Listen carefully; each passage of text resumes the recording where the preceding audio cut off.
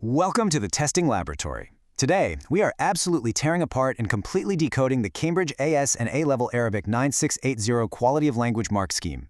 Listen, the difference between a B and an A star in this specific assessment rarely comes down to just knowing more vocabulary. It almost always comes down to understanding the invisible, underlying mechanics of the examiner's grading grid. We are not just going to sit here and read you the syllabus today. No, we are going to actively stress test the most popular online study lies, those viral revision hacks you see everywhere, and we are going to crash them directly into official Cambridge Examiner reports to see if they survive. We'll expose these so-called shortcuts, figure out exactly why they shatter under actual exam pressure, and we'll replace them with bulletproof, examiner-approved structural strategies. It's time to separate the facts from the fiction. Let's power up the lab and dive right in. Here is the structural blueprint we'll use to audit these revision assumptions today. We'll start with the testing laboratory, move into the stress testing lab, process security transmission, enter the lie detector arena, and finally wrap up with our final verdict. Phase 1. The testing laboratory and myth specifications. All right, I'm loading up a complex, high-tariff Cambridge past paper question onto the primary testing screen right now. And right out of the gate, we are confronting myth number 1. This is literally the most dangerous assumption floating around the internet right now. You have probably seen it on social media. The myth says, if you write more pages, you automatically get more marks. It's this bizarre idea that if you just keep writing, if you fill up booklet after booklet until your hand cramps, the examiner is somehow forced to give you a higher grade. Well, we are going to aggressively debunk this right now using raw, unfiltered data from official Cambridge Examiner reports across IGCSE, O-Level, AS, and A-Level tiers. Here is the absolute, unshakable reality. The assessment framework explicitly and definitively prioritizes analytical depth over superficial breadth. Think about what happens when a student panics in the exam hall. They start what we in the lab call page dumping. They just write down every single Arabic vocabulary word, every idiom, and every memorized fact they can possibly think of without connecting any of it to the actual command word in the prompt.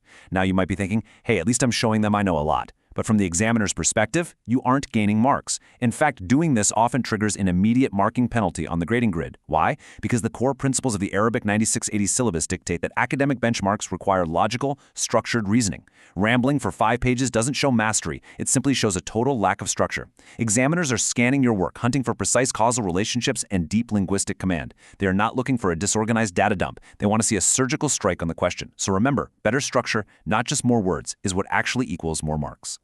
This strict prioritization of depth over length makes perfect sense when you consider the immense cognitive load expected in advanced language exams. The Cambridge 9680 assessment doesn't just want you to translate things. It targets 3 distinct cognitive domains, and your effort during the exam must be surgically budgeted across all of them. Look at this breakdown. Knowledge and understanding make up roughly 33% of the target. Analysis is 34%, and evaluation is another 33%. So think about our page dumper from the previous myth. If you spend 5 pages just proving you have a massive vocabulary and can memorize textbook facts, you're only satisfying the knowledge and understanding domain. That means you have effectively capped your absolute maximum score at 1/3 of the available marks. It doesn't matter how beautifully written your Arabic script is, if you don't analyze and evaluate, you fail. Principal examiner reports consistently highlight that successful candidates demonstrate competence across all 3 of these domains simultaneously. You literally cannot unlock the top bands without showing connected, cross-topic conceptual understanding. You have to push past just knowing the text, deep into analyzing why the text matters and evaluating the impact of its claims. Phase 2. The Co-op Stress Testing Lab. Let's run a live simulation. We have 2 of our resident testers, Alex and Sam, stationed at their diagnostic consoles. They are both trying to write an answer paragraph to a high-tariff Arabic prompt, but they are taking very different approaches. Alex is hammering away at his keyboard, relying heavily on a viral online shortcut. He's using a generic, pre-written introduction template. You know the one, a highly complex, incredibly wordy Arabic paragraph that you just memorize and paste at the start of absolutely every essay to sound sophisticated. Alex is overloading his text block with massive, irrelevant jargon, thinking the big words will compensate for ignoring the actual prompt. Meanwhile, tester Sam at the next console stops typing. She looks at the structural physics of what Alex is building and realizes it is completely unstable. Sam has a realization. Without a direct, tailored analytical link to the specific command word in the prompt, the entire paragraph structure will collapse under examiner stress testing. So they start debating right there in the lab. Alex is arguing, but look at this complex phrasing. It sounds so academic, they have to give me marks.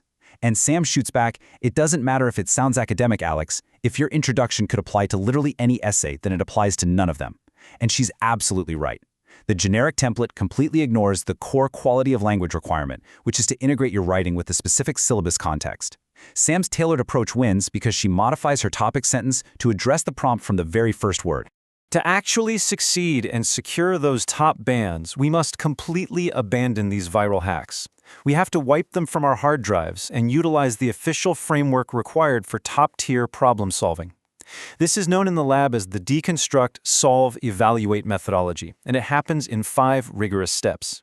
Step 1. Identify the given information in the Arabic text. Don't skip this. What is explicitly there and what is implied? Step 2 requires breaking the prompt into logical steps. What exactly is the command word asking you to do? Are you comparing, contrasting, or evaluating? Step 3 means solving systematically. This is where you extract the precise data needed from the text provided rather than just grabbing random quotes. Step 4 is crucial, checking for reasonableness. Does your interpretation actually make sense within the cultural and textual context of the Arabic passage, or are you forcing a meaning that isn't there? Finally, step 5 involves making justified recommendations or conclusions. Notice that word, justified. You have to prove it. True high-scoring candidates don't use magic words or generic templates. They use a relentless logical methodology. Phase 3. Mid-test alarm and security transmission. System pause. Red warning lights are flashing in the lab right now because we just hit a massive structural roadblock. Before we blast away the biggest exam lie of the century and show you what actually wins marks, you need to secure your academic defense network. Subscribe to AC Exams at AC The Exams right now and turn on all notifications. No matter if you are tackling Cambridge IGCSE, O-Levels, AS, or A-Levels, do not let bad study advice compromise your final results. It is incredibly easy to fall for anxiety-inducing marketing and fake shortcuts when you are stressed out about your finals, but relying on unverified online hacks will absolutely destroy your mark scheme compliance. Protect your academic performance by sticking to the actual examiner-verified frameworks that we analyze in this explainer. All right, alarms off, back to the lab. So, our testers hit a roadblock mid-paragraph. Their evidence just dropped out of compliance. To fix this, I need to inject a high-yield framework directly into their consoles. This is one of the most foundational, yet misunderstood secrets of the Cambridge mark scheme, the method mark strategy. Method marks are points heavily awarded for showing your logical process in your working. The grading grid specifically rewards the methodology, the journey of your thought process, sometimes even if your final conclusion has a minor flaw. To execute this effectively in an Arabic reading and writing exam, you cannot just state a fact and move on. You need to use a structure like the Peel structure: point, evidence, explanation, link. You have to weld your extracted data perfectly to your analysis line by line. You must systematically demonstrate exactly how that specific piece of evidence supports your overarching argument. By making your analytical process visible and explicit on the page, you are proving to the examiner that your conceptual understanding is transferable and structurally sound. This entire concept is perfectly summarized by a direct Cambridge examiner alert. Listen closely to this exact quote. "Even if your final answer is wrong, method marks can save you. Show you're working." Now, you might hear "show you're working" and think, wait, this is an Arabic language exam, not calculus. But it works exactly the same way. Applying this means ensuring proper paragraph headings, providing clear annotations, and using correct terminology to map out the logical steps in your writing. So, watching our testers rewrite their response out loud, line by line, they apply this exact rule. They explicitly show their working, and suddenly, they create an unshakable top-band paragraph asset. It is no longer about just blindly guessing the right answer or trying to sound smart. It is about proving exactly how you arrived at your conclusion through incredibly strict procedural presentation. Phase 4. The Interactive Viewer Lie Detector Arena. Now I'm turning the diagnostic tools over to you. We are initiating an interactive field audit challenge right from your screens. Assessment 1, the data matrix sweep. When faced with a highly complex Cambridge source text, chart, or data layout, you must perform a visual sweep. Imagine a 60-second countdown timer ticking on your screen right now. In the actual exam, there is absolutely zero time to read passively. Your eyes need to dart across the page. You must extract critical, high-yielding points from the texts. You must interpret the hidden underlying causal relationships between those points. And then, you must immediately prepare to draw an evidence-based conclusion. If a student simply summarizes the provided text or lists the data points from a matrix, the lab instruments flatline. They earn 0 analysis marks. The goal is to interpret why the data is presented the way it is. You have to look for the contradictions, uncover the hidden assumptions, and decipher the structural logic. Spotting structural weaknesses in your own writing is a critical survival skill. So for Assessment 2, we play Spot the Fake shortcut.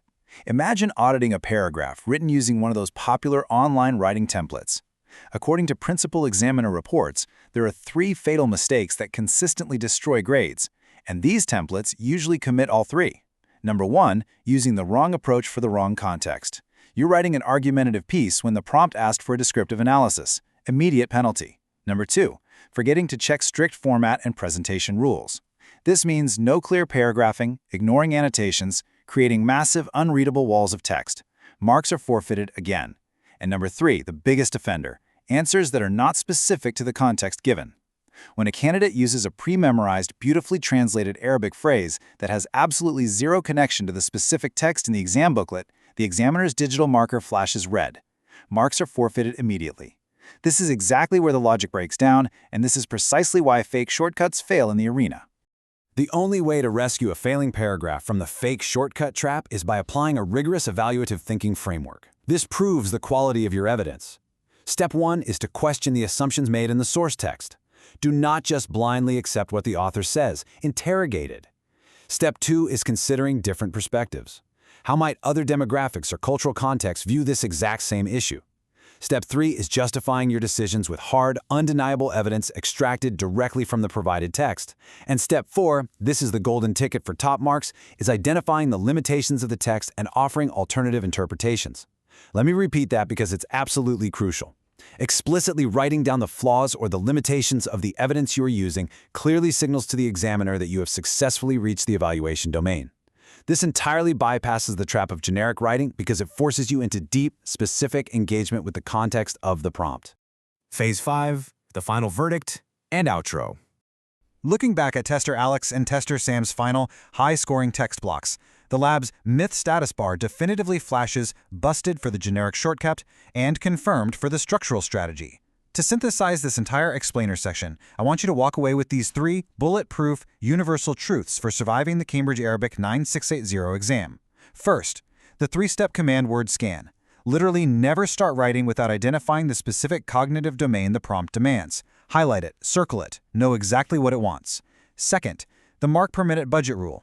Look at the tariff of the question and allocate your writing time proportionally to hit all required domains. This completely prevents the fatal mistake of page dumping on low-value points. Third, the post-writing quality audit. Always reserve the final minutes of your exam to review your presentation, ensure correct terminology is used, and verify that your causal relationships are clearly and logically mapped out on the page. Which brings us to a final, provocative question that I want you to think about. Which viral exam hack has been silently destroying your mark scheme compliance this whole time? Was it a generic introduction template, or maybe the belief that simply writing more pages guarantees a higher grade? It is time to audit your own study habits based on the actual mark scheme, not internet rumors. Subscribe to Ace the Exams at Ace the Exams, click the notification bell for our weekly myth-busting sessions, and drop a comment below sharing the absolute weirdest exam hack you've seen online so our lab can stress test it next. Reject the shortcuts, protect your grades, trust the evidence, and keep analyzing. We will see you in the next session.